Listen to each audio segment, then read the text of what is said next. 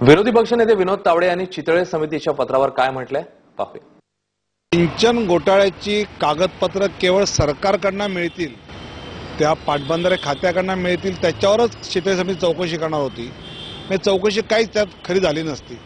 पण आता आमच्याकडे जे पुरावे आहेत ते आम्ही चितळे समितीला देऊ आणि त्यामध्ये सगळ्या घोटाळ्यांचे सविस्तर पुरावे आमच्याकडे आहेत ते आम्ही दिले आणि त्याच्यावर जर चितळे समिती चौकशी केली तर सरकारला संबंधित मंत्र्यांवर गुन्हा दाखल करावा लागेल आणि जसे लालू यादव जेलमध्ये गेले तसे महाराष्ट्रातनं 2 मातबर मंत्री जेलमध्ये नक्की जातील ही आमची खात्री आहे। चितळे समितीला मी पत्र देऊन मागणी केली होती की मला सादर करायचं आहे, पण चितळे समितीने क्लॉज 3च्या अन्वये मी तुमच्याकडे घेऊ शकत नाही सांगितलं। मग मी एका मार्फत हायकोर्टात याचिका दाखल केली। हायकोर्टामध्ये ॲडव्होकेट जनरलने सांगितलं की अशी आम्ही घेऊ शकतो। त्यानंतर मी पत्र लिहिलं तरी सरकारचं उत्तर नव्हतं।